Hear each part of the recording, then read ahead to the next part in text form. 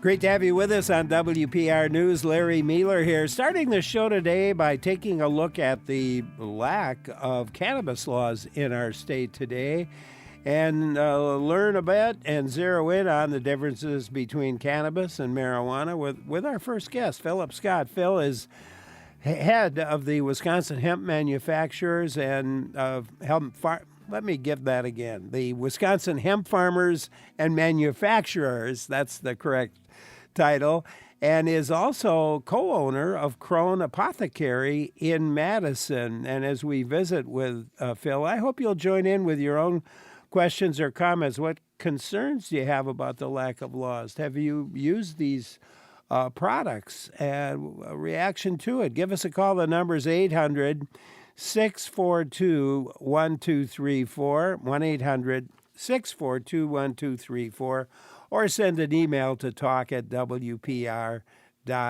That's talk@wpr.org.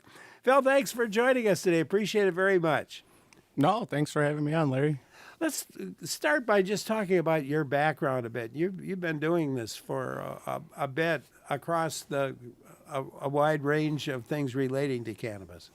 A little background. I started real heavily in 2014 when Colorado and the U.S. federal government kind of said, let's create a pilot program for research. So I traveled out west, did a little research while working at UPS. And then I got hurt on the job at about 2016 and realized I got to do something change a life here. So I realized there's a lot of new things coming. And in 2017, 2018, decided to fire up the Wisconsin Hemp Farmers and Manufacturers Association, or abbreviation to make it easy for us, just WIFMA. Yeah. WIHFMA, and from there we've just been guiding legislation and educating people and trying to make change. And you're involved in kind of all aspects of this, are you not? I mean, you're a farmer too. Yeah, I farm it, I process it, produce it, basically anything vertically integrated seed to shelf, and try to take our knowledge that we're learning and push that out into the community. But one thing I do want to say, I hope by the end of this show today that we change that misconception in our industry that it is the Wild West, because it's not. Yeah. How much hemp is grown in Wisconsin? Do we know? It ranges. So in 2018, we went from 288 hemp farmers to, in 2019, almost 1,800 hemp farmers. And the USDA doesn't give us the hemp farmers that are out there, but speaking to the local agents and things and the local FSAs, we probably have about 600 or 700 registered licenses in our state, and I can't vouch that they all actually use them. Yeah. Well, here we have the sale and possession of marijuana being illegal in Wisconsin, yet residents can pretty readily find for sale products that contain psychoactive ingredients similar to what is in marijuana. How the heck is that possible? Well, it's a long story, but I think the shorter version is in 2018 and 2020, we had the farm bills change. In 2020's Farm Bill, they left it very open-ended and interpreted based off the dry weight basis on below 0.3 total THC. So us hemp farmers, we got together and go, well, our CBD flower is really struggling to sell. What can we do? And the industry got together and they started figuring out all the minor cannabinoids and everything that went beyond CBD. And that's kind of where we've gotten to where we are today. So in 2020, the state of Wisconsin turned over their state-run hemp program to the federal government. And the federal government bases their hemp program with the USDA off the U.S. Farm Bill. And that Farm Bill has opened up this doorway that we have today, where you have these products that are on the shelf that may be considered unregulated. And right now, we can move those type of products into 43 U.S. territories legally. 7 or 8 of them have banned them. So the marijuana, the cannabis and marijuana here, let's just talk about the difference. And you're getting at it here a bit, but it's sort of the same plant, isn't it?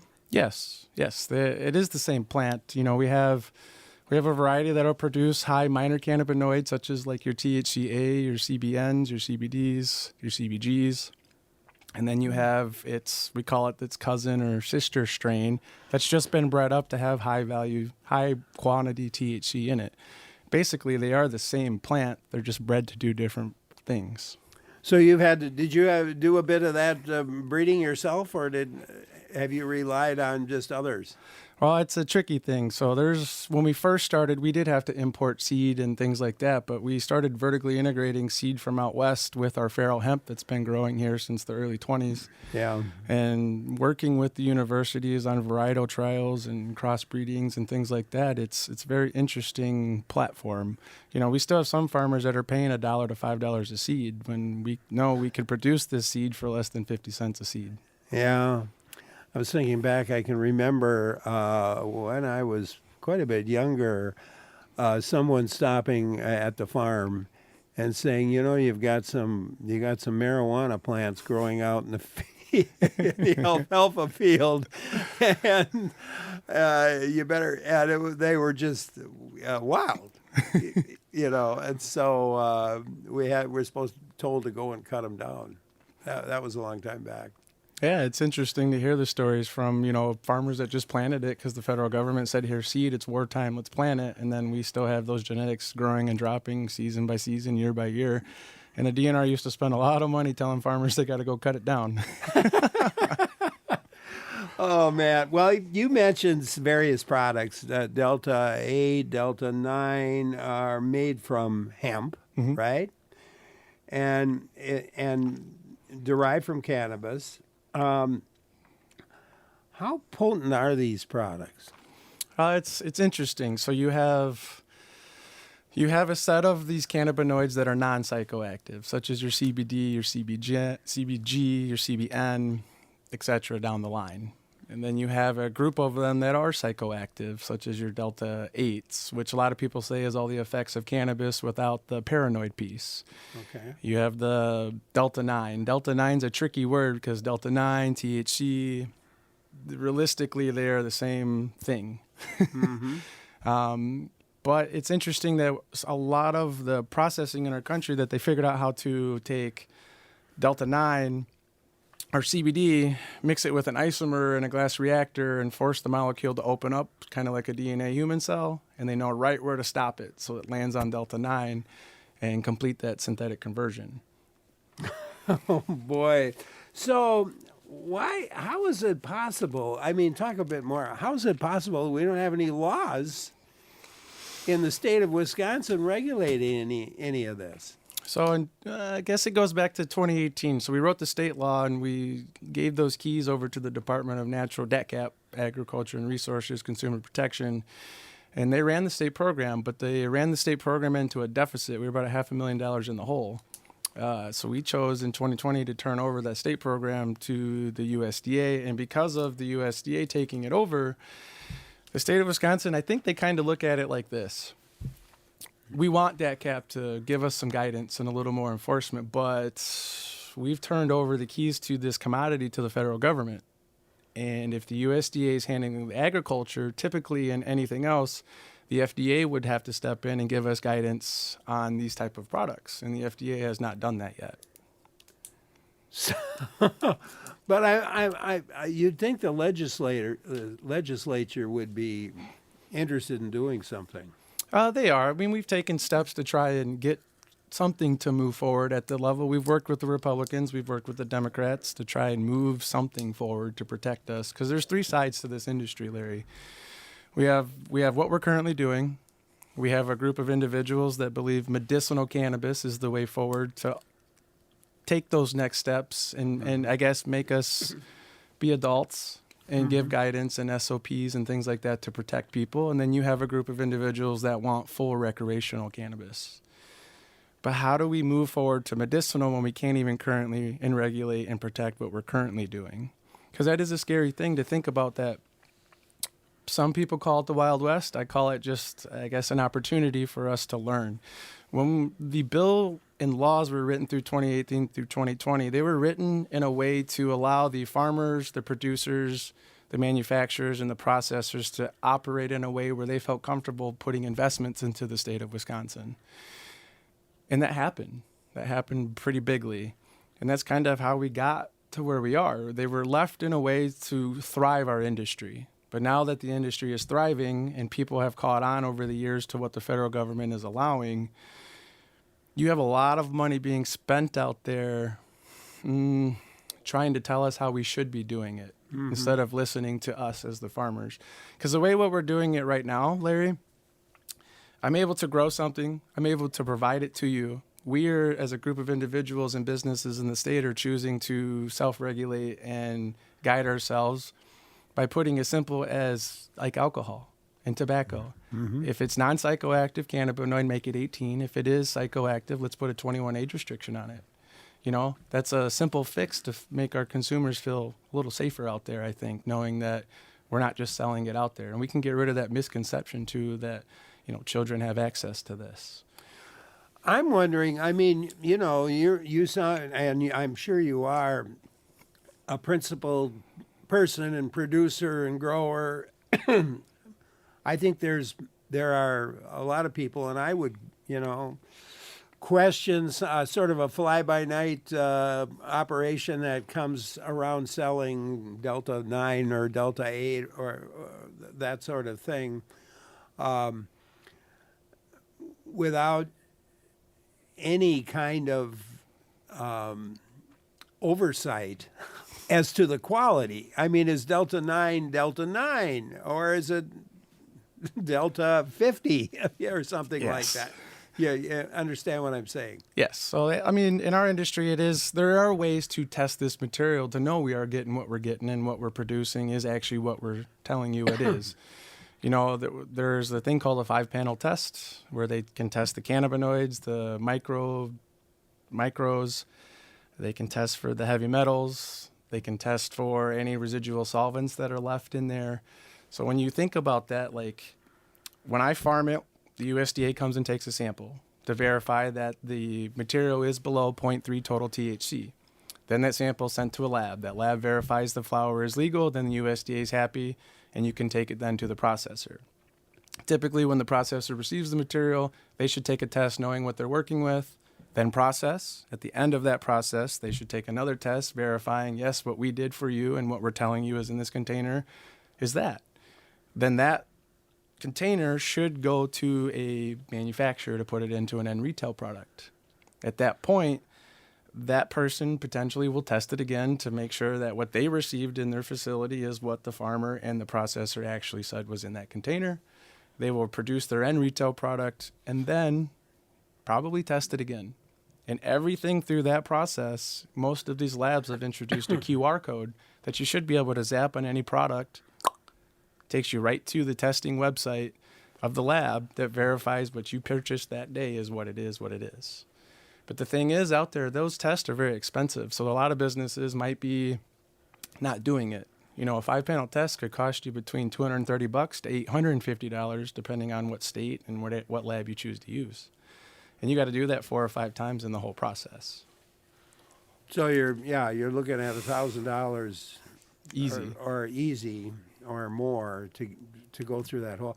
Well, so you don't have to. Then I'm saying you wouldn't have to do that. No. The way the rules are now. No, not as of now. And you know, over the years, I've asked DATCAP.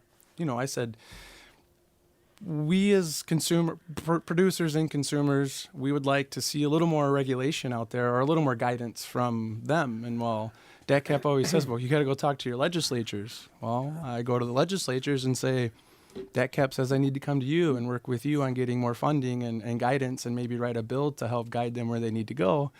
And they always say, well, DATCAP has the authority to do what they want. They just have to ask us for it. So you have to go back to, so it's a sort of a circular kind of thing that's going on here a little bit. Yeah. And I don't want to talk bad about either one. They're just kicking the can down the road maybe, or maybe they just don't know how to address it. I don't know. Yeah. Philip Scott leads Wisconsin Hemp Farmers and Manufacturers. It's a trade group for the hemp industry, co-owner of Crown Apothecary in Madison, our guest. And you can join in with your questions or comments, maybe an experience to share. Give us a call. The number 800-642-1234, 1-800-642-1234. Or you could email us to talk@wpr.org. I'm Larry Mealer for WPR News. taking a look at the cannabis industry here in Wisconsin and the lack of legislation or laws today about its use and about its manufacture with our guest today, Phil Scott. Philip leads Wisconsin Hemp Farmers and Manufacturers. It's a trade group, and they're trying to do the right thing here as far as setting standards and helping maybe come up with a law that would better enable them and you and me, if I wanted to use one of those products, be as confident as I could be using it. Adam in La Crosse has something for us. Let's go there. Adam, hi. Thank you for calling. Hello. Hi. What's on your mind? Yeah, I just had I was listening to a discussion earlier on my drive, and you guys were talking about regulations, how the state's refusing to move on any of the regulations. In my mind, as a Wisconsin resident, it's always been the Tavern League that obstructs any progress on the CBD or the THC industry from taking off in the state. Just in the construction field, even hempcrete, stuff like that can be used from hemp products and can be bought from hemp farmers. There's a whole variety of different uses for it that can be, but once again, I think it's just the Tavern League in Wisconsin that will always oppose it, and then the legislators that are owned by the Tavern League, in my mind, are going to constantly just oppose any kind of movement, any kind of progress. Every state around us has moved on it except for Wisconsin. Yeah. Thanks for calling, Adam. Appreciate it. Well, Phil, comments? That's a tricky question, but I do think that misconception with the Tavern League has changed post-COVID, like before COVID came around. I think they were a big proprietor against it. At least that's the way the community looked at it. And maybe if you followed the money, it might paint that picture. Or sorry, pre-COVID. Now we're in post-COVID. Post-COVID era, when we all started coming back out of our homes after lockdown, if people didn't realize, you started to see cannabis THC drinks start to pop up in your local gas stations, your local grocery stores. You started seeing them in every bar across the state of Wisconsin. And the Tavern League works pretty close with the liquor distributors. And if the distributors are making revenue off pushing that material across the state, I don't think that they're opposing it anymore. So it brings me to this question about all of the ways that you can sell it or use it. So there's a lot of different products that come out of this. Yeah, there's topicals.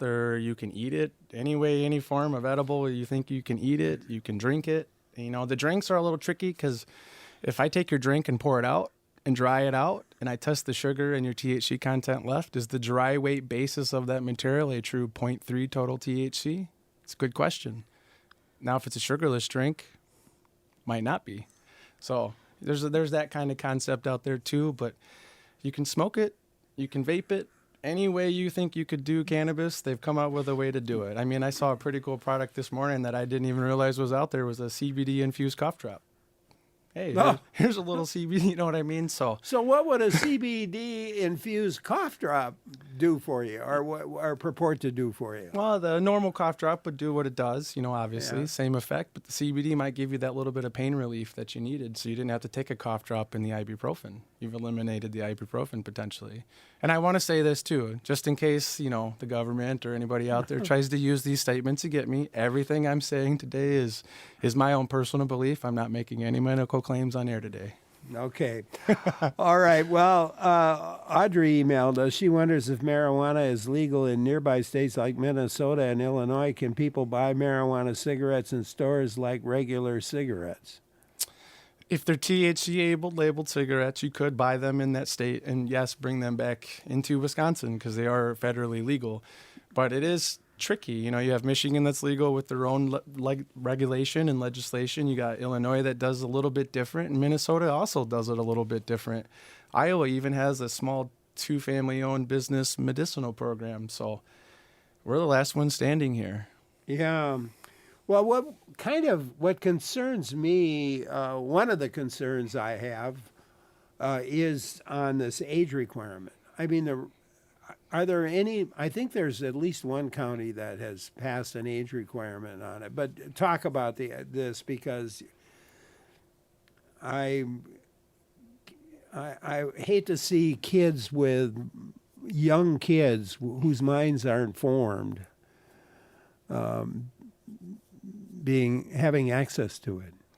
It is tricky. You know, in our state, we went from Lydia's Law, which allowed with a prescription under Scott Walker's realm, that opened up that door where if you needed access to at least CBD oil for seizures and that type of thing, you could get a medicinal note, you know, for protection. But right now, we don't have any age restriction in Wisconsin, and or I don't see any guidance coming from the federal government to set an age restriction at this point.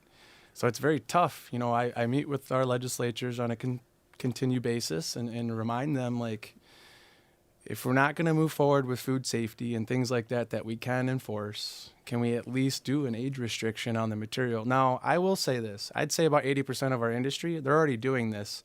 We're not even told we have to do it, but we look at ourselves like the alcohol and tobacco industry. You know, we don't want the ETF someday to get angry at us and come raid us, you know, that we were trying to prevent that. It is very tough when I go up to the legislatures and pitch them this idea, and they want to do it. It's just trying to figure out how to get both sides to do it. And it's very distraught, I guess, to the industry knowing that it's a simple fix.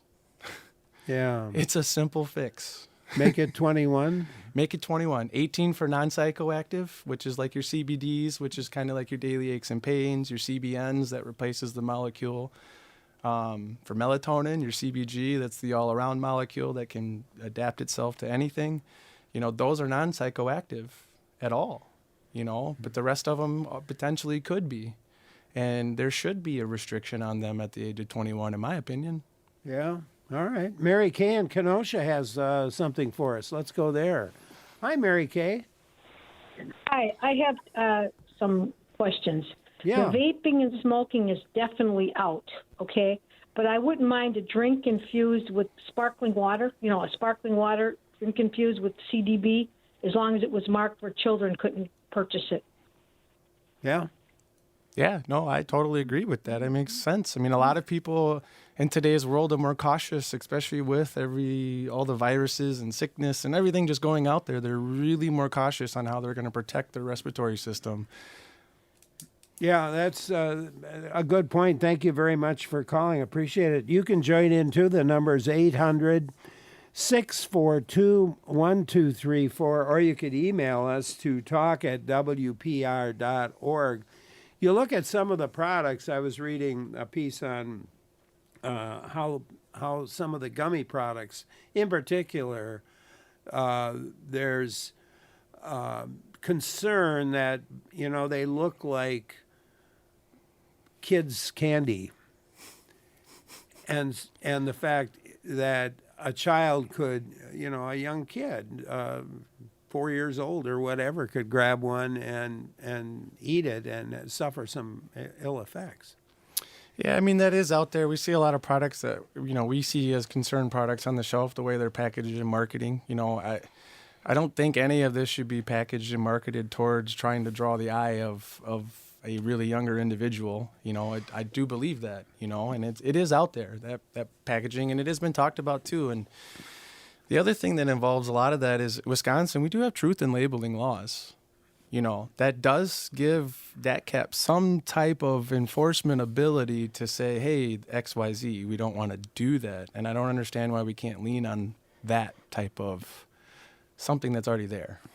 Blair emailed, what sort of laws restricting people from driving under the influence of marijuana or THC do you support, and how can these rules be enforced? That's a tough question. I know that other states have done things for roadside testing and stuff like that. I don't support people smoking cannabis and going for a drive. I want to make that clear. Like, it's the same thing that concerns me with the drinks that are out there right now. You know, I can go into a bar and the bartender at some point can say, you're a little intoxicated, I'm cutting you off with alcohol. But when it comes to these drinks that are out there, there's nothing set in place right now to offer any guidance or protection. As a bartender, I don't know if I would serve those THC drinks to a consumer. What happens if he drinks 2 drinks and goes and flips his truck? Who's stuck with that liability? Yeah, and let alone what happens to the person who flipped his truck. Exactly. So there in those drinks, there's no alcohol in those drinks. Is No. that right? Nope, no alcohol. Oh boy, yeah. Peter in Montello has a comment. Let's go there. Peter, hi. Hi, thanks for having my call. So I've been actually using some of these non-THC products recently as a substitute for coming from a state where it was legal. I'm a strong proponent to put age restrictions on these products because I had used THC underage when it was illegal, and I think that it's really important to protect children from being able to access these while still making them available to adults as almost a substitute for alcohol. Yeah. Peter, thanks for calling. Comment on that, Phil. No, I agree. There needs to be some kind of restriction and then approach that packaging front. And you know what? Like I said in the beginning of the call too, like we have what we currently have. And what is that next step? And you know, a lot of people push for full legalization, but in order to set the SOPs, the standard of procedures, the good manufacturing practices that are needed to make sure a quality product is out there, we really probably should look deep into this medicinal bills that are being introduced. We have one by the Democrats, and really here in the near future, we'll probably see a Republican version of some type of medicinal bill reintroduced, and we'll see what happens. Yeah, yeah. So how does your tell us a little more about your organization, Wisconsin Hemp Farmers and Manufacturers. What all do you do? I mean, do you get yourselves involved in a little bit of self-regulation and so forth, and what else? Yeah, I mean, and so in 2018 to 2020, we were big out and trying to get into the community and getting membership and everything like that. And then COVID came around and we had to shut down. So we shut down for about 9 months to a year and kind of reevaluated ourselves in the industry of like, do we really want to be out there looking for money and this and that? I don't know if it's going to work. I think we just need to stick together as a good group of individuals in the state and volunteer our time, money, and effort to do the right thing. And that's what we've reevaluated ourselves as more of a think tank, high-level group that is listening and communicating with everybody in all 72 counties in our state and trying to make good decisions. You know, we did base ourselves off education and reform. And like we talked about before too, Larry, my job is to go out right now, listen to everybody, work with the universities that I've been working with to get grant money, listen to the farmers, listen to the processors, listen to the manufacturers, and listen to our consumers. Because without them, the rest of this fails. And we've done a very good job of taking data points, coming up with valid entry sheets to take to the Capitol and allow them to review this data and hopefully make educated decisions. Andrew in Rhinelander has something. Let's go there. Andrew, hi. Thank you for calling. Hi, Larry. You're welcome, and thank you for having this program. I appreciate it. Love public radio. Thank you. So in my experience, I fall into the third group where I believe it should be recreationally legal. However, I don't partake myself in, obviously, marijuana with high THC content, mainly because I have anxiety. And speaking to that point, I do use CBD, or I did, because that kind of helps alleviate my anxiety, kind of takes it down. However, I was on a trip, and I was in northern Wisconsin, like northern than Rhinelander, and I had asked for CBD gummies at this, it looked like a local shop, and I left the store, I bought them, left the store, didn't think about it, and one night we were chilling at home, and I offered my girlfriend one, and we both took one, and it was not just CBD, and there was no warning, and it turned out to be, I believe it was Delta 9 in there, and man, my girlfriend had never had any experience with this, so, I mean, that's there needs to be more regulation on it, for sure. Yeah. I have an idea, I think, to answer that question. And I agree with you. If it's labeled bad and that happened, that is a terrible experience and could ruin not only you, but everybody around you's opinion on the product. And it's sad and bad for the industry. You know, one solution could be, and I've proposed it to both sides of the aisle, maybe we need to create a cannabis control commission or cannabis control office in the state of Wisconsin. There's 29 parts to our industry. I've broken it down. I've been here since day one, seed to shelf, regulation, everything involved, banking, insurance. There's 29 parts. We need to have some type of control office in our state where a elected group of individuals, maybe it's by the governor, maybe it's by joint finance. I don't care. Let's figure it out. But there needs to be a group or office that can oversee everything involved with our industry so we can help make good, smart, guided decisions. And right now, that is not proposed in the current medicinal bill for the Democrats, and it probably won't be in the current bill for the Republicans when they introduce it. And that is a shame. DATCAP has already shown us in our state that the hemp program, they let it fail, and they can't protect us. Why don't we have something that's outside of them that oversees everything cannabinoids, whether it's hemp, cannabis, marijuana, whatever anybody wants to call it? There needs to be something put in place to allow the check and balance to happen. As Andrew was talking, it reminded me about the Stoughton, the pizza place in Stoughton, pizza parlor unintentionally contaminated its pizza with THC oil.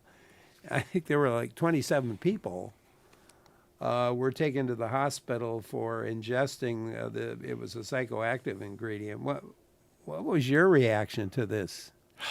It was bad. In our industry, we call it the Pizzagate. It was bad, because especially for me, and like I've stated publicly before, it's all fun and games till somebody gets sick and die. And unfortunately, the environment that we live sometimes in our world, it takes a dramatic incident like this to open up the enlightening of what probably should have been there in the first place. And when I woke up and read that news article that was released, I really felt like we just took a left punch to the eye for our industry, knowing that the legislatures are already maybe be at the bit to find a reason not to move anything forward, and then this happens. I really feel like they might use that as ammunition against us. Well, in this case, it was purely accidental, but again, it goes back to regulations. I'm thinking about the material that, and I don't smoke, but the material on a pack of cigarettes that warns or states what's there. Well, the oil, this oil that was cooking oil, I guess, from another outfit using the same kitchen. But there was no labeling on that oil. Yeah, and that like we talked about earlier, that comes in place to where having some set standards of procedure of how you produce and handle that material, and then good manufacturing process, as well as you as the producer or the person that purchased that oil to use in your ingredient line should have the due diligence to mark that material appropriately, and knowing that it is a psychoactive material, maybe have it under lock and key. I was blown away that the manufacturer that has that material in an open kitchen with other businesses didn't take the appropriate steps to protect anybody else from ever touching it. And there's no guidance saying that we have to do that either. But sometimes common sense, I think, needs to kick in. Yeah.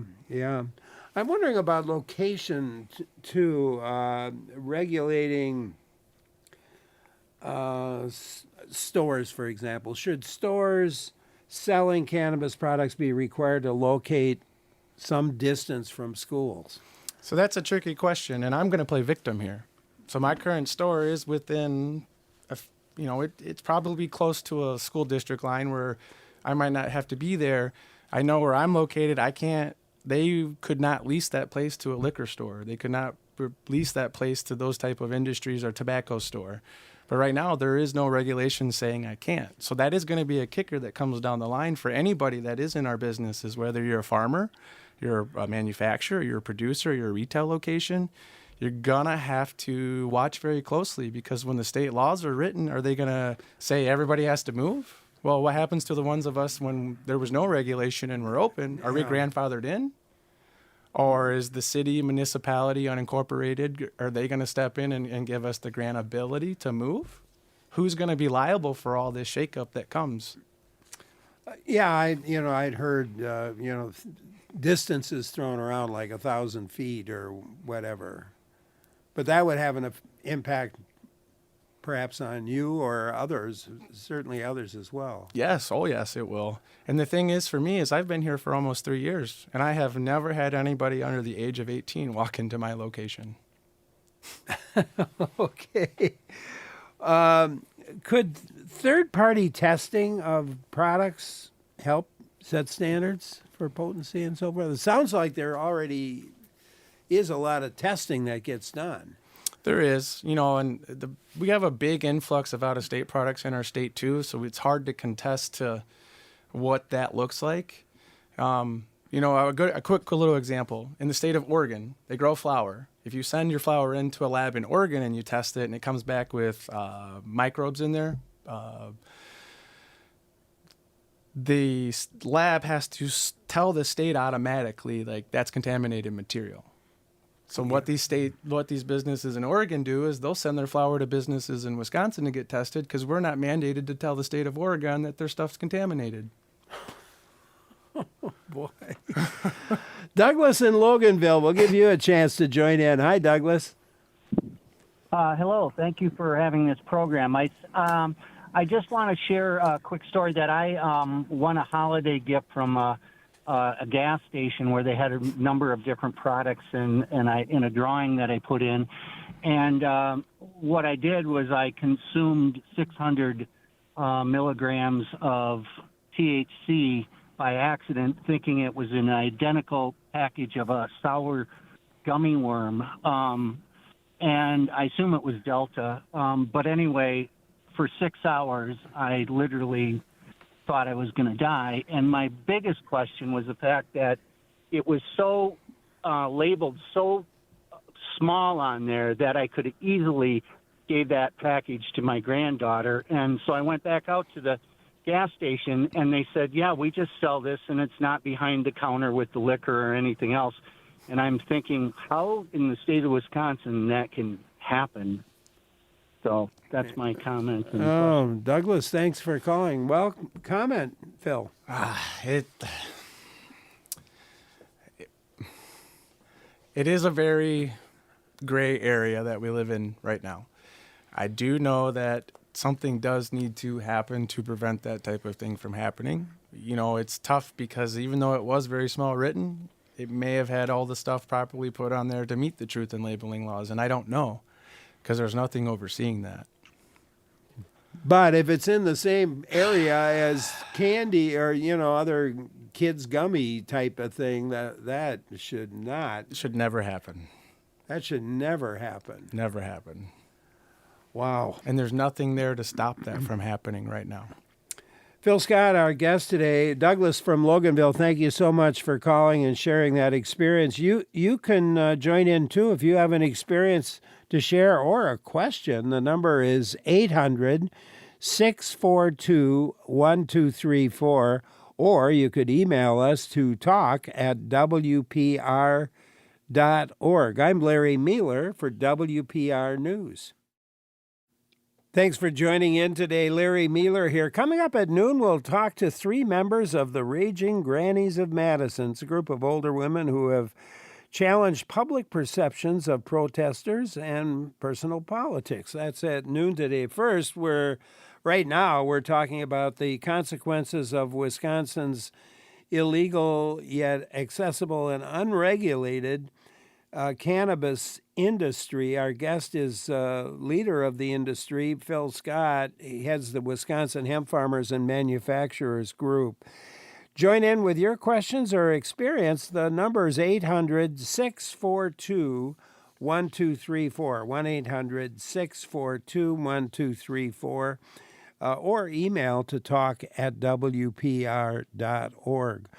George sent an email. The guest, you mentioned paranoia as a side effect from using marijuana or marijuana products, which is a kind of a classic stereotype. Are there any myths about using marijuana you would like to argue against? Well, I will say this. I have consumed cannabis on a daily basis for a long time in my life. I'm 35 now. And I do that to take my stress away, my anxiety, and my pain away. Most people don't realize I'm 16 to 18% disabled on the left side of my body. I'll be walking and the whole hand and foot will go numb. Without consuming the cannabinoids that are out there, I wouldn't be able to live the life I live today. So in other words, you're not going to argue against. No, sir. Okay. Well, this whole business, I mean, we've heard some experiences without regulation. How confident consumers be about the quality and safety of these products? You know, as a consumer, if let's just take this hat off and say I'm just an average person and I don't know anything about cannabis and I walked into my place today, I would hope that my individual that is selling me the material that I'm looking to get relief from would have on the counter, I would go, hey, you know, can you prove what this is? And if they're doing it right, they're going to hand you a COA, a 5-panel test to show it's clean and a good product. And you know, the ones that are using the appropriate labs out there now have the quick QR code that's as simple as you pick the product up, boom, the QR code, and it takes you right to the testing. Now, I will say this. It's easy for a lot of these end retail products that are out there to take that QR code and then send you to a website with a fake COA. So the ones that are doing it appropriately, when you click that QR code, it takes you directly to the lab's website that actually tested the material. Because that lab is holding itself accountable, pushing those data points out there. Yeah, that makes a lot of sense. The whole business, you know, I think the self-policing part of it is, in the absence of state regulation, is there more that the industry could be doing to police itself? Or maybe talk, what is it doing to police itself and what more could be done? You know, on our end, we're just trying to make sure that, you know, we're educating everybody involved of what a standard of procedure is, what a good manufacturing practice is. We're educating everybody that, you know, you might want to test that material and make sure it's clean. But a lot of this self-regulation comes to because we don't know what's coming and we don't want what's not here now used against us in the future. So a lot of our industry leaders in our state are starting to recognize, like, we don't want too much government oversight because when you get government involved too much, it could become a mess. But we do want a little guidance for us as the ones bringing revenue to your state and investing, a safety blanket. You know, we want to feel secure and make sure like we're protected. So we keep investing money into this state as well as consumers keep buying that material. Josh in Mount Horeb has a question. Hi, Josh. Hello, thank you. My question is about specifically why the farmers and the commercial growers for recreational marijuana or for these products in the deregulated areas or the areas that are not regulated, why can they not use or follow the controls that were established in the areas where the regulations are in effect? Josh, I'm not sure I'm following you. You're saying what prevents farmers from following the medical marijuana regulations? Yes. Okay. Well, we don't have any set standards in our state that tells them they have to enforce it. You know, if, like I said, just do the right thing, and common sense does kick in on a lot of what we're doing right now. Without not having any guidance in place to feel protected, we look at the other industries and go, what are they doing to protect themselves? So in order for us to feel comfortable and the consumers to feel safe, we're trying to do the right thing. Now, like I said, there is a lot of out-of-state players and a lot of out-of-state material coming into our state, and it's hard to hold any kind of accountability or enforcement on those materials. Yeah. Josh, thank you for calling. Eric in central Wisconsin, your turn. Hi, Eric. Hey there, thanks for taking my call. I think I just want to make a comment about the social and the communal aspect of it, as well as the kind of sacred experience of consuming marijuana or cannabis or whatever, what have you. And also,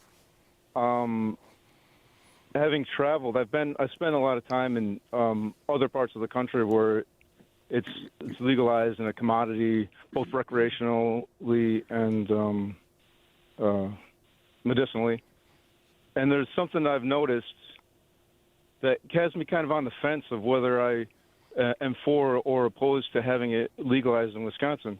Well, one thing that I've noticed being in a place where it's legalized is it feels like my perspective of the experience, taking like the psychoactive and social perspective of it, it feels kind of diminished where in a place where it becomes an abundant commodity, whereas in a place where it's not legal, it's a little more rare, and it seems to have more. For me, anyway, it seems there's a greater appreciation for it. Oh, interesting. Comment on that, Phil. Oh, I got a good one for this one, I think, Larry. So, in a lot of states, it has become more corporatized and white-collar type of business, where in Wisconsin, being more of a blue-collar state and a little less regulated out there, it allows you to have access to good quality material. And when I say that, I mean the craft cannabis side of this, because there is two sides in almost every state you go to. There's the big corporate side, let's make all the money. And then there is the craft side that takes a step back and, I might want to only grow my 20 to 100 plants and produce 10 to 20 pounds a year, and I'm happy with that. But those 10 to 20 pounds I produce are going to be some of the best quality material you've ever put your hands on. So I think that's where that comes from. Interesting. Eric, thank you very much for calling. Appreciate it. Jeff and Merrill, your turn. Hi, Jeff.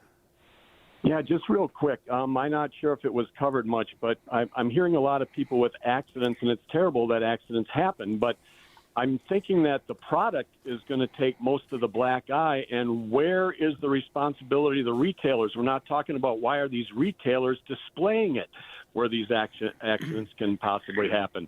Let's regulate it. Let's tax the heck out of it, and let's try to eliminate as much of these problems and accidents as we possibly can. Oh, Jeff, thanks for calling. Comment, Phil?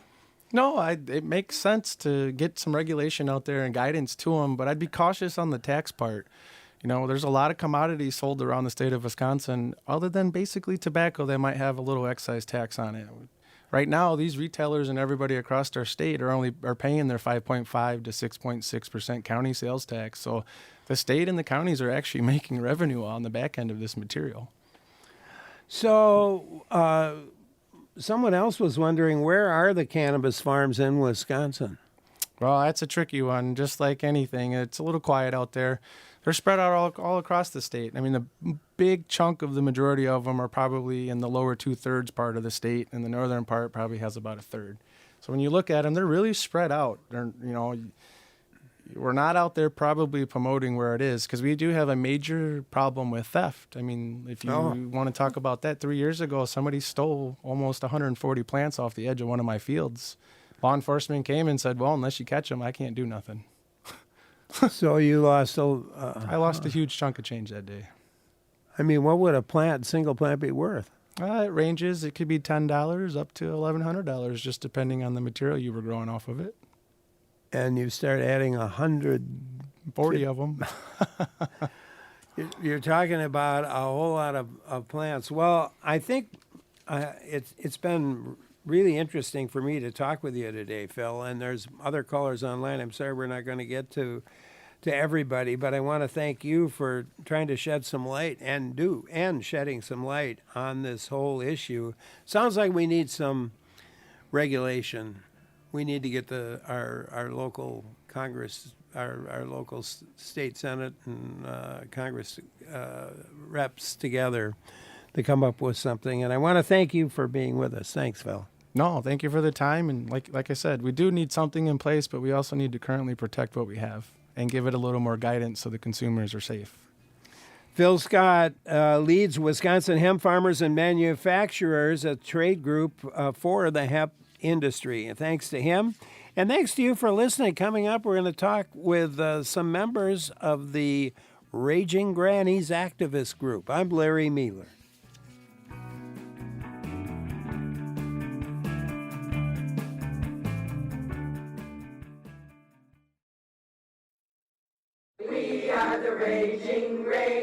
Grannies. We don't hide in nooks and crannies. We stand up for peace and justice, even when the police bust us. Join with the raging grannies. Time to get up off your fannies. The world needs folks to take a stand, and that's why we're the Grands. Okay, a little applause there for the Raging Grannies. That song is titled "Grannies Stand for Peace and Justice," and it was sung by the Raging Grannies of Madison. Actually, it was on September 26th of 2024, and it was at the opening of the exhibit that we'll talk a bit about today with our guests. It's the exhibit's title. It's All the Rage: Activism, Aging, and Raging Grannies. And the exhibit's open until February 7th, if I'm not mistaken. Anyway, we're going to find all about it today as we visit with three members of the Raging Grannies of Madison. One of them, Susan Bickley. Susan, welcome. Thank you. Barbara Park. Welcome to you. They're both in the studio with. Yeah, thank you for coming by. And with us by phone, Bonnie Block. Bonnie, thank you for chiming in. Oh, I'm happy to be here. As we talk with the three members of the group, I hope you'll join in. Have you been a part of the group itself? Have you maybe heard them sing at some event? What do you think about the group itself and about protests? It's kind of an activist group. What do you think of that, too? Number to call is 800-642-1234, 1-800-642-1234, or you can email us.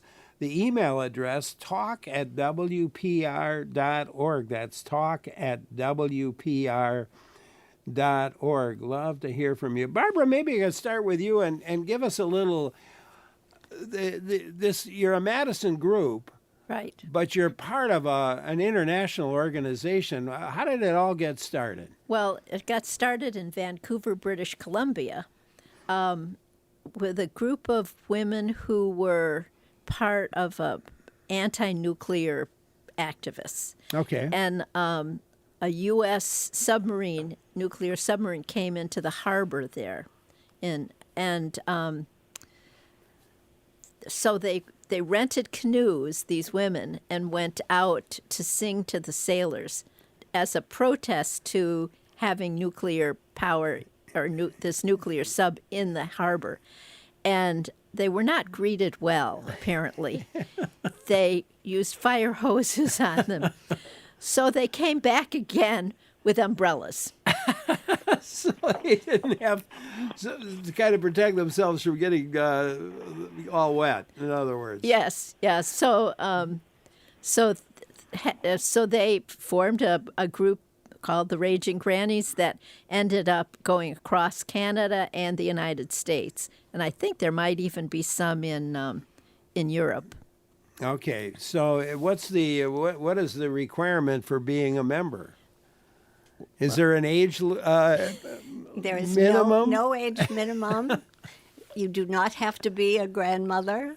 You do not have to be anything except against war and for the things we believe in mightily, which are that we all belong in our society and we fight for the rights that we have. Yeah, we always say you have to be a woman of a certain age. Okay. Well, Susie, when did you first encounter the Raging Grannies in Madison? What was your first impression? Well, I was blown away. I had just finished a long career of teaching and editorial work and being a librarian, and I was looking for what's next when you retire, that moment of anxiety of how am I going to fill my time. And I went to a demonstration at the City County building where a bunch of the most outrageously dressed women with hats and aprons and political buttons were singing about single-payer health care, a cause near and dear to my heart.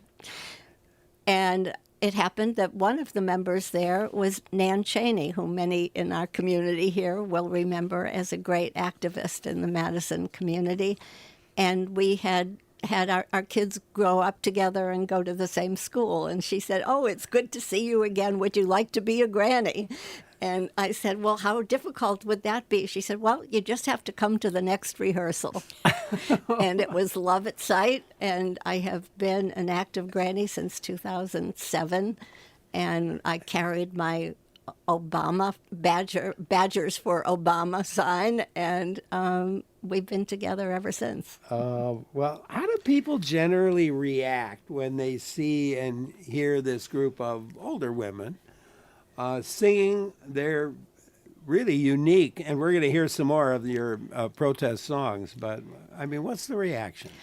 Well, the place we see the public most is at the farmers market, and we sing for the entire season at the farmers market in a corner, which now has the Belle Phillips statue in it. So we were happy. She was a Milwaukee granny, and many people don't know there are Milwaukee grannies, but there they are. And we sing right next to her.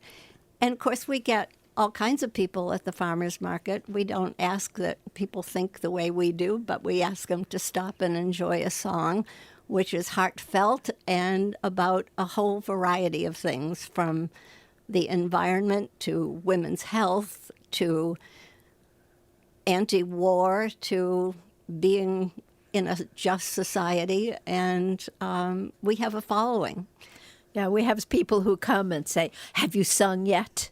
They'll ask for a particular song. "Did you sing the uterus song yet?"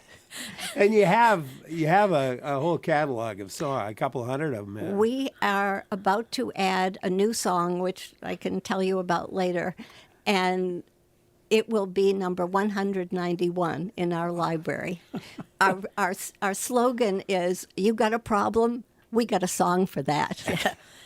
Yeah, we have wonderful songwriters in the group, and yeah, they can just come up with amazing stuff at the drop of it. If something bugs them, they write a song about it. Bonnie, I want to get you involved. I understand you heard the Raging Grannies sing at an anti-war demonstration, and you experienced how they changed the energy of the event, if I'm not mistaken. Yeah, I was at that point a part of the Madison Pledge of Resistance, and a group of us went up to the event. And it was interesting because I get tired of speeches after a while, and music and humor really do change the energy, and I could just sort of see people being a little bit more hopeful, a little bit more ready to do something, and I was really impressed by that. It took me a little while after that. But my first granny gig was in 2003, and actually, again, it was on a bus trip to Chicago, and we participated in an anti-war event there. I really like the fact that we're out in the streets, and I think, I've said this before. Reverend Jim Lawson was involved in the student sit-in movement and worked with Martin Luther King Jr. And he always said, "You do your best lobbying in the streets." And I think that's a really critical thing, because when you stand up in public, it's hard for people to ignore that, or for that matter, sit in or lay in. Mm-hmm. There are multiple ways, and it. I think it's critical because people have to speak up. They have to be visible, and the powers that be don't like it. Which is why you often will get this ridiculous police reaction. But I think that, if we don't go away, eventually they have to listen. And I, Jimmy Carter, bless him, he had this wonderful line. He said, what you need to do, and he was talking as a Christian, he said, what you need to do is you need to do a good thing. You need to do all that you can, as much as you can, wherever you can, for as long as you can. Oh. And I really take that to heart. Yeah, it's an excellent sentiment to take to heart. Joan in Hobart has something for us. Let's go there for a minute. Joan, hi. Hi. I'm delighted that you took my call. I was a member of the Raging Grannies when I had a winter place in Tucson, Arizona. And my question is there a Raging Grannies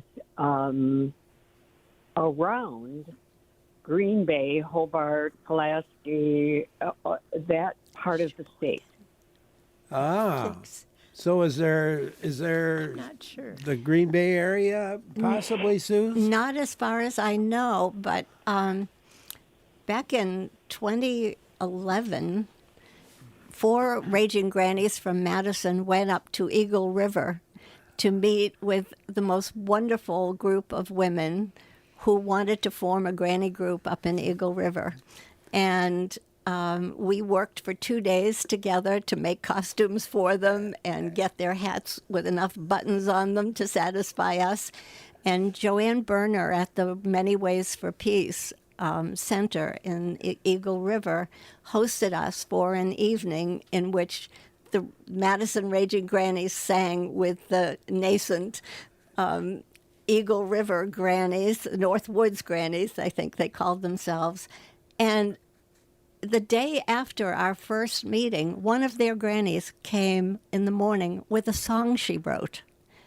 And it was a song to the tune of Sentimental Journey. And it was about the war of Governor Walker on labor rights in Madison, for which we all know it was a very active time for pretty much everybody I know. And so we had great hope for that group, and we even sang that Betsy song at Bobfest the next year. So we don't know of any group except the Milwaukee group. There is one group just north of Milwaukee, but I'm not sure which town they're in. One of the things, I mean, you guys have an active Facebook page, right? Yes. Which I actually went on it and took a look, and maybe Joan and Hobart, you might want to post a comment or a question, and maybe you could talk Susie and Barb or Bonnie or somebody else to come up to Green Bay area and help you get one started. Absolutely. I even tried to get one started in Alaska when my daughter was there. Some people came and said, "Could you start a group here?" So, man, it's sort of a nascent group as well that meets sometimes and not others in the northeastern Wisconsin, the Sheboygan area, and for a while there was a group in Green Bay. I used to live there for 12 years, and you know, I think it's ripe for a group. But the gaggles of grannies do come and go, too. It depends on, you know, how many people there are who can be active. Yeah. Joan, there you go. What's your, if you just type in Raging Grannies. Right, and Raging Grannies of Madison. Right, and then it actually comes to me. So Joe and I will keep I will keep a lookout. Barb. Yes, I will keep a lookout for you. Okay. Joan, thank you so much for calling. Appreciate your call. Susan Bickley, Barbara Park, and Bonnie Block are all members of the Raging Grannies of Madison. I hope you'll join in with your questions or comments. We got John and Eau Claire on coming up with a question. What about you? The number's 800-642-1234. Email to talk@wpr.org. I'm Larry Mealer for WPR News. Talking today with 3 members of the Raging Grannies. Decades of tuneful protest, I guess was a good way to put it with them. Susan Bickley, Barbara Park, and Bonnie Block are all members of the Raging Grannies of Madison. And I hope you'll join in with your own thoughts, questions, or comments. The number's 800-642-1234. You could email us to talk@wpr.org. And now let's give John and Eau Claire a chance to join in. John, thank you for calling. Hi, Larry. Thanks for taking my call. Satire is such a lovely way to take some of the emotions down on topics like especially political ones. And my question was whether or not you guys avoid certain topics because they could become so polarizing, or if you avoid changing the words to any particular songs that might be offensive. I'm thinking of like the Star Spangled Banner, for example. Oh, Barb, you want to? Well, we don't use that one. Yeah. But I think controversial topics we try to address with humor and with satire and humor, and you can get away with a lot of things if you keep it light and amusing. And you can still get your message across. As a matter of fact, people are more likely to listen if you have some humor and if you're a bunch of old ladies in funny dress. And you are in funny dress. We are. Right. Yeah, we wear flowered hats and aprons and shawls, and, we don't look very offensive. No, you look a little Minnie Pearl-ish. Yes. Minnie Pearl type. Well, yeah. Sort of. Sort of, yeah. I think the other thing that is really good is that we also poke fun at ourselves. Yeah, Bonnie. Along with poking fun at others or those in power. And I think that's important, too, some sense of humility of we're in this together. I agree with you, Bonnie, and I'm looking at a copy of a Granny Peace song that we have been singing since 2009 about where the granny's trekking through and will move right over you. We're the Granny Peace Brigade. But the first verse actually says, our eyesight's growing weaker and our hearing's almost shot. Our breasts are slowly sagging and our figure's gone to pot. But the important thing is our voice is growing stronger and we will not be forgot. We're the Granny Peace Brigade. I love it. Tim and Stevens Point emailed to say he got to see the Raging Grannies perform at the Musicians for Gun Sense event this past fall. And Jeff, I don't know if you've got that song up. Yeah, let's and I think it's to the tune of Bella Ciao. That's correct. We are a country that has a problem. Too many guns, too many shootings. We ask how can we build a safer future? 'Cause we need to start right now. We are aware that thoughts and prayers, while kindly meant, don't prevent hearing pow, pow, pow. We need new laws that have some clause, and we need to pass them now. No more bump stocks or semi-autos. Make background checks universal. Do it now, now, now. We need to build a safer future, and we need to start right now. There it is. How do people react when they hear that song? Energized, I think. I think so, and I think Deborah, who's our director at the farmers market, especially, she points out that there are more children killed by gun violence than by cancer. It's the biggest thing that causes children to die, and that to me is just absolutely outrageous. As a grandmother, it just infuriates me. The raging, just looking at sort of the range of songs, there's a suffrage song about taking up the cause of suffrage movement of the late 1800s. It's called Thanks Susan B. Anthony, and I'm pretty sure Jeff's got a piece of that too. Let's listen to that particular song. But what have we done with the rights they won for me and you? Do we vote, hold office, make them proud? Do you and you? Do we stand up strong and speak our minds? The way this anthem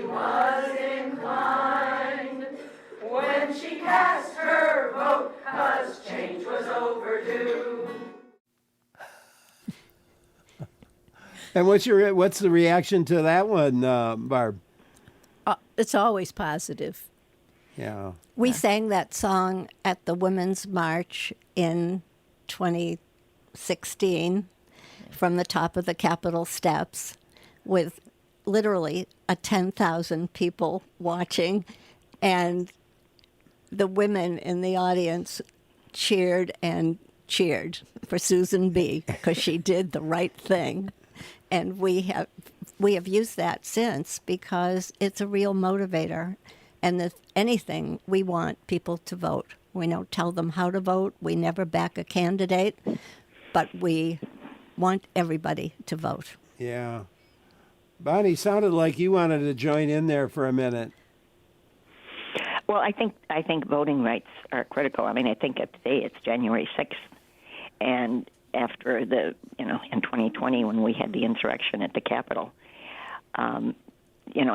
it bothers me greatly that we try to use violence instead of using voting to bring about change. Yeah. Susie, you marched in the 60s, back in the 60s, for the reproductive rights for women. And here you are.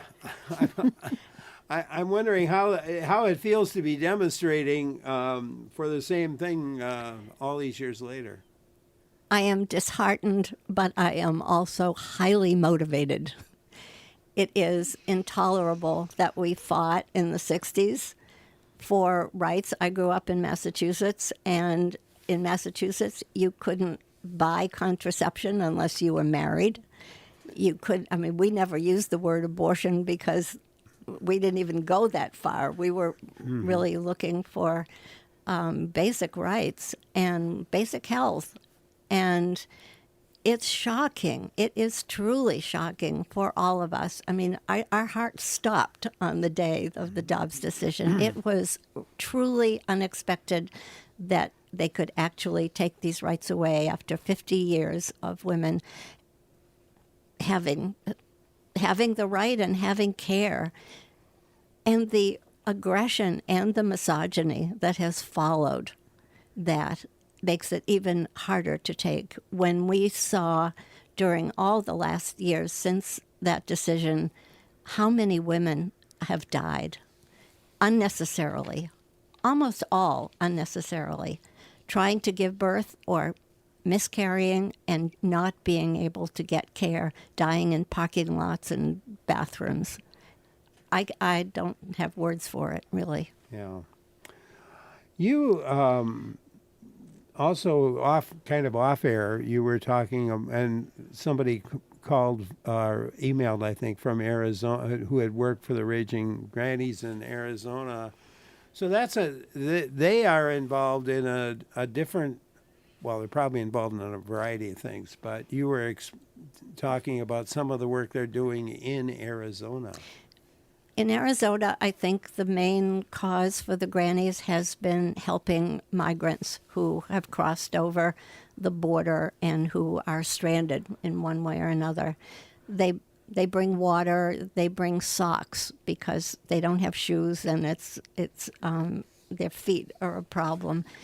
And those grannies have gone to jail for this time and time again. I don't have the details of who and when, but it's an ongoing struggle. Let's switch our attention a little bit to Bonnie. You were demonstrating against U.S. drone warfare. Oh, yeah. For 13 years, we did a monthly vigil witnessing against the drone warfare training and the housing of these unmanned vehicles. And I got arrested multiple times because whenever we just set foot on the base rather than being outside the gates, the sheriff was called and we would get taken to be booked in Boston.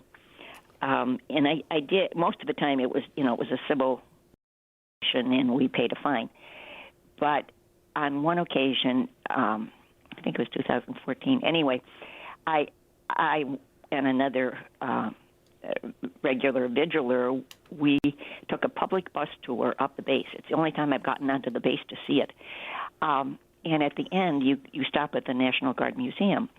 And we had a quarter-page leaflet to express the problems we saw with drone warfare in terms of most of the victims are innocent people of all ages, and that we shouldn't be engaged in this war on terror because it is a form of terrorism itself. So anyway, we went to trial on it, and we were found guilty, and I refused to pay the fine, so I did do 5 days in the Juneau County Jail, which was a very interesting experience because the ones on my, quote, pod were all white women, fairly young, and all of them had children who were in foster care. Only one had been convicted of a drug offense and was serving 1 year sentence. The rest were all there because they couldn't make bail. And it really showed me up close and personally what our mass incarceration justice system is like. And so, yeah, that's been a passion of mine, and we finally stopped because we were all getting too old and too few to continue the vigil, and I'm sad about that. But and actually, I want to share one other story about the abortion issue at the farmers market. There has been very consistently this past summer, and I think even before that, this young man who has a sandwich board sign that says, "Come to Jesus, abortion is murder." And we've all talked with him, and we have respectful conversations about how we disagree. But what is so funny to me is that when we sing our songs, and especially the If My Uterus Were a Gun song, he's tapping his foot along to the music. And I just think that is so funny, and it's another example of how music bridges gaps. Somebody else is wondering, and I maybe ask you all three of you this question: How do your families feel about doing this? Maybe maybe even especially grandkids and so forth. Susie, let's start with you. Well, my children are very supportive and proud, and they bring their friends to come sing us at the farmers market. We have a very blended family. We have gay people, we have trans people, we have, I guess, the same variety that many families have now. And when we sing at the Gay Pride Parade, I think our kids are really proud because so many of the people who are marching will say to us, "I can't tell you what I would give to have my grandmother approve of what I'm doing." It's very powerful. Yeah. Barb, what about you? Well, my husband does all of our technical work, runs our website, so he's very much approves. And Bonnie?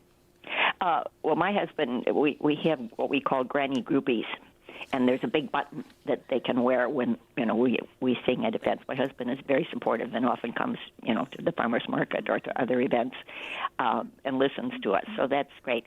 And my grandchildren are both very supportive. They think it's great that I'm doing what I'm doing, and my son too, for that matter. Well, one isn't so enthused. One is very supportive. Okay. Well, we have a clip of the Raging Grannies performing the song "The Best Democracy Money Can Buy." They were singing on the Capitol Square.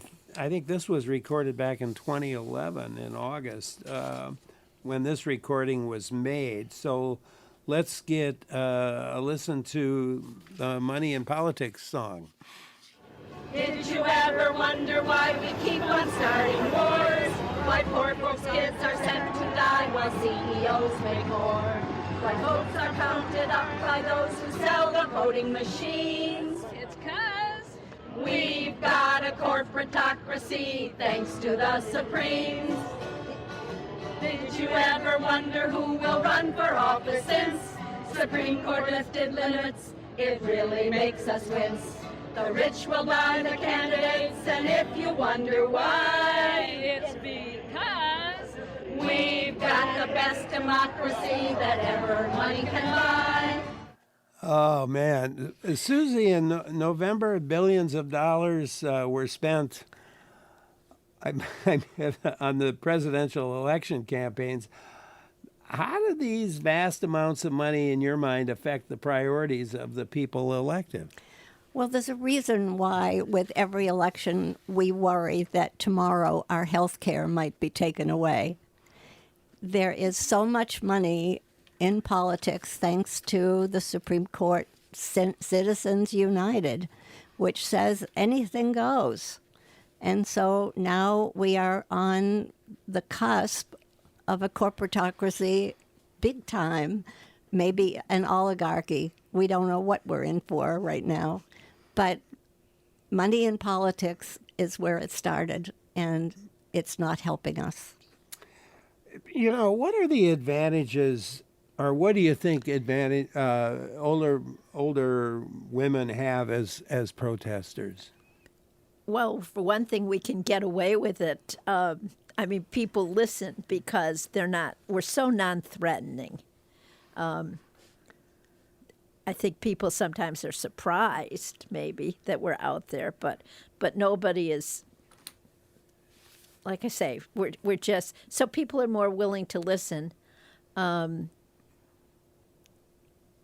nobody's going to throw a tomato at you at the farmer's market when you're singing. No. No, they're very. We get very good responsive crowds, and we're so non-threatening that people are.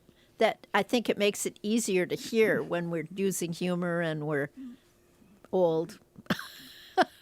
One of the things I love at the farmers market and at other events as well, young women come up to us, and they are so excited about the fact that we're singing and doing this. And I find my hope a lot centered on young people, because I think, the students that walked out of West High to demand gun control, I just think that is very powerful and very hopeful. Yeah, what we've been doing a lot with the university students with this display at the Helen B. White. No, Nancy Nicholas. Nancy Nicholas. Why do I keep calling it the wrong thing? And so we've been invited to some classes and stuff, and I think one of the questions that the students had that has stayed with me was, she said, my grandmother doesn't think she needs to do anything for global warming. What can I tell her? Because we were singing climate song. What can I tell her that makes her realize that this is an important issue? I said, well, she may not be around, but you will be. It's care for you, as not so much for her. So I think for the students, we're kind of a model of what they could be, what they could grow into, that when they are older, that growing older is not a wall. Yeah. Well, and you mentioned the event at the Nancy Nicholas. Right. If I get the right word, right place. Man, Susie, maybe you can tell us about give us the particulars of it, because it's still going on. It is still going on. It's open until February 7th. And we were very excited about this. It came about through our relationship with Chris Garlow, who is a professor in the Gender and Women's Studies Department. And she has been teaching about the Raging Grannies for years in her class. And she finally revealed that she had been watching us for years and coming secretly to the farmers market. But she and Sarah Carter, who is the School of Human Ecology executive director, and a third person, Svea Larson, who is a PhD student in Scandinavian Studies at Madison. So they have, the three of them, curated an exhibit of what it means to grow older and be an activist. And we got to sing at the opening, but they are not as interested in the politics of it all as they are in the items that go along with it. The stitchery, the crocheted uteruses that we wear on our apron, the decorations, the the embroidery, the hats. So, but it's been a wonderful marriage of all of those things to create an exhibit. It's on 2 floors at Nancy Nicholas, the first floor and the third floor. And it was very exciting for me. I'd never been at a modern exhibit where every exhibit you could use your phone and use a QR code to get a granny reading you a story or singing songs or showing some of our gigs in the past. There are drawers to pull out, and there are hundreds of buttons going way back from the beginning of our granny time, and samples of our hats wearing all our buttons, and as well as live performances, which I think some of your music today was taken from live performances.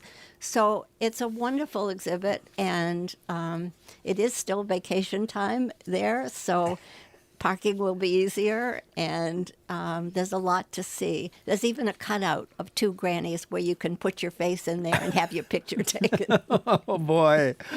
Oh, talking today with Susan Bickley, Barbara Park, and Bonnie Block, all members of the Raging Grannies of Madison. Story to tell, question to ask. I hope you'll join in. The number to call is 800-642-1234, 1-800-642-1234, or you could email us. Email address talk@wpr.org. That's talk@wpr.org. I'm Larry Mealer for WPR News. Talking with 3 members of the Raging Grannies of Madison as our guest today here on the show. And I hope you'll join. They're a protest group, but they use singing. They have almost 200 songs across about the broadest range you can imagine of topics and issues that affect us all. And it's great to talk with them. And I hope you'll join in. Again, the number's 800-642-1234. Email to talk@wpr.org. Ray in Madison called, couldn't stay with us. Ray is turning 94 next month, and he knew several former Raging Grannies, including the late Nan Cheney, a prominent Madison peace activist. How many members do you have in the, or I imagine this is not is this a dues-paying sign-up roster, or is it show up when you can, or how does it work? It's surprisingly efficient, but we have no formal leadership. We have regular rehearsals. We meet twice a month for 2 hours each time, and there's no messing around during that time. We've got full agendas because we practice before we do any performance. And we have probably about 35 active members of the Grannies, but a big Granny gig would be 20, 21 people, which is what we hope to expect when we have some important work to do. But there's no formal leadership. We don't hold elections. We don't have offices. We don't have dues. There's no financial buy-in. We are earnest. We're a community of women who care not only about the environment and peace and social justice, but about each other. And during COVID, the Grannies were a community even when we couldn't protest, and people walked together or Zoom together. But we care for each other. I mean, we're of a certain age where we are all vulnerable. Some of us are alone. Some of us have family, but you have the Grannies. And we call ourselves a disorganization, but really we're not, because it's just that we have roles that get passed around. So somebody is the presider of the meeting, so they work on the agenda and run the meeting. But the next time, somebody else does it. Somebody takes notes and somebody else volunteers to take them the next time. So it's not that we're not intrinsically organized, but we don't have a hierarchy. So yeah, it reminds me of a group I've belonged to for a long time. That the rule, the one rule was that anyone suggesting that anything formal, rules and regulations would be immediately kicked out of the organization. That's our kind of organization. Yeah. Oh my gosh. Kathy in Madison has something for us. Let's go there. Hi, Kathy. Hi, Larry, and hi, everybody. I am one of the Raging Grannies of Madison, and I just had a quick little extension to the earlier caller who asked if there were any topics that were particularly, excuse me, I got to turn the radio down, particularly touchy or difficult even for us to try to sing about. And yes, that is the case from time to time, the Israel-Palestine issue being one of them. Sure. But what we try very hard to do to solve it in writing our songs is to sing about the issue and not take one side or the other. In other words, we're against brutality and we're against the killing of children and things like that. And so what we try to do is sing about fanaticism as the enemy, not one side or the other side. And we also try not to sing about any one particular politician, but sometimes we fail at that resolution. Kathy, thanks for calling. And so Kathy is one of our big songwriters. Yes. To give her total credit. Yeah. One other song we have that is, we've talked about, do we sing it with children present? Because it's written as though you're a 5-year-old and you're wondering about going to school and will you get shot today? Who will take care of me?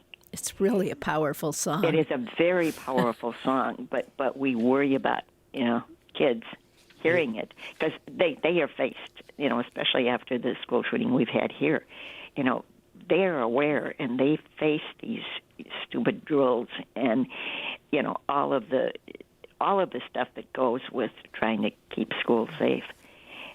So that is a tough one for us. I mean, we have the song, we do sing it, but we are careful. Yeah. I have one other song we could play, and let's do it. And it was at the opening of the exhibit, All the Rage. You sang. I don't think we played this yet. Frere Jacques, to the tune of Frere Jacques, and it has to do with clean energy and pipelines. Let's go. Okay.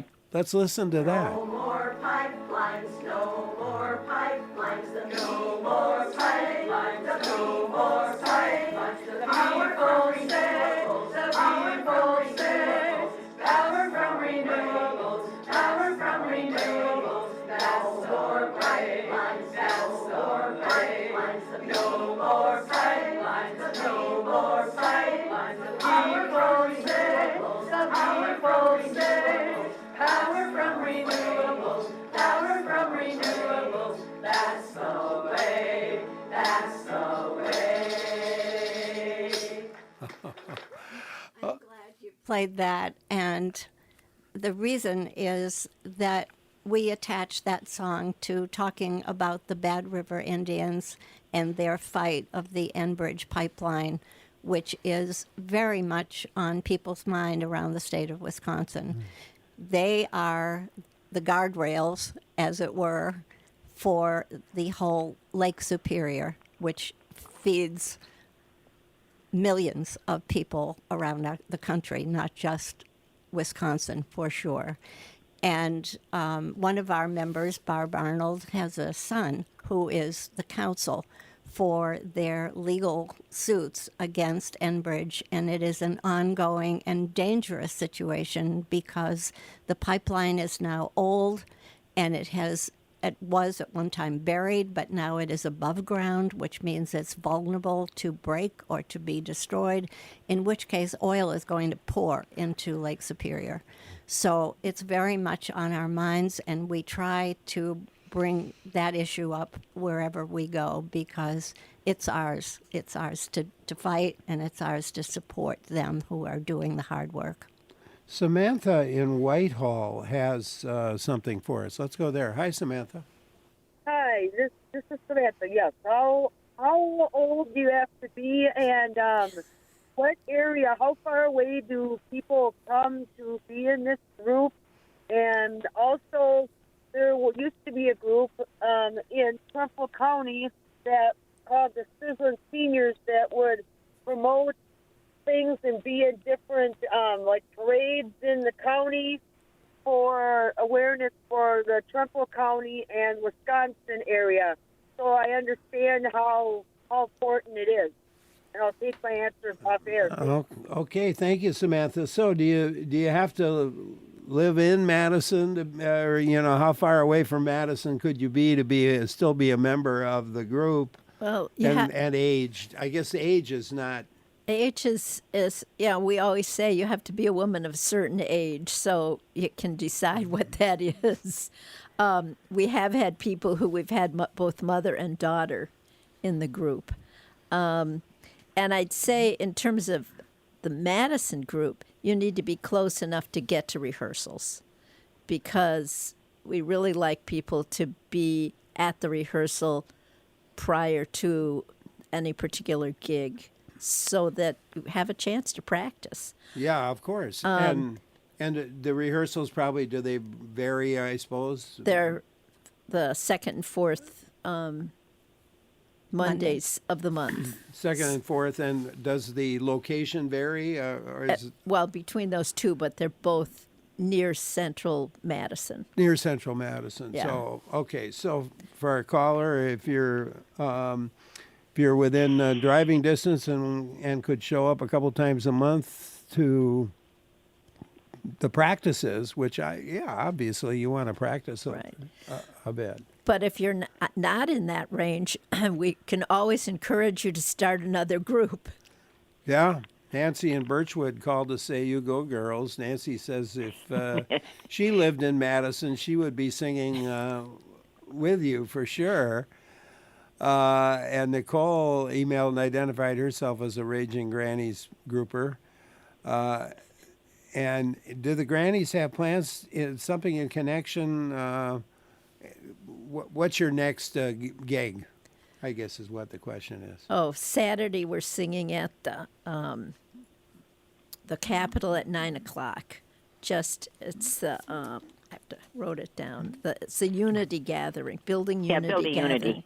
And we're singing at their kickoff of it. They have a 2-day conference there, and so we're singing for their kickoff at 9:00 in the morning at the Capitol.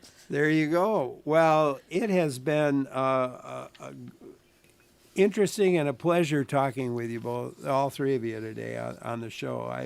I enjoyed it very much, and I'm sure our listeners did as well. So thank you, and keep going, keep singing. Thank you. Thank you so for much, having Larry. us.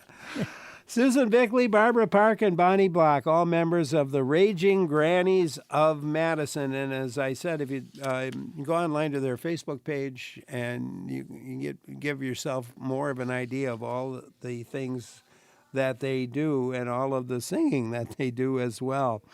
So thanks to them, and thanks to our team, Clara Neipert, Joel Patnott, our technical directors, our Lee Rayburn, Jeff Robin, Clara and Joel are, of course, our producers. Our executive producer is Jill Nadeau. And I'm Larry Mealer, and thank you so much for listening, and stay with us. Lots more in store here on WPR News.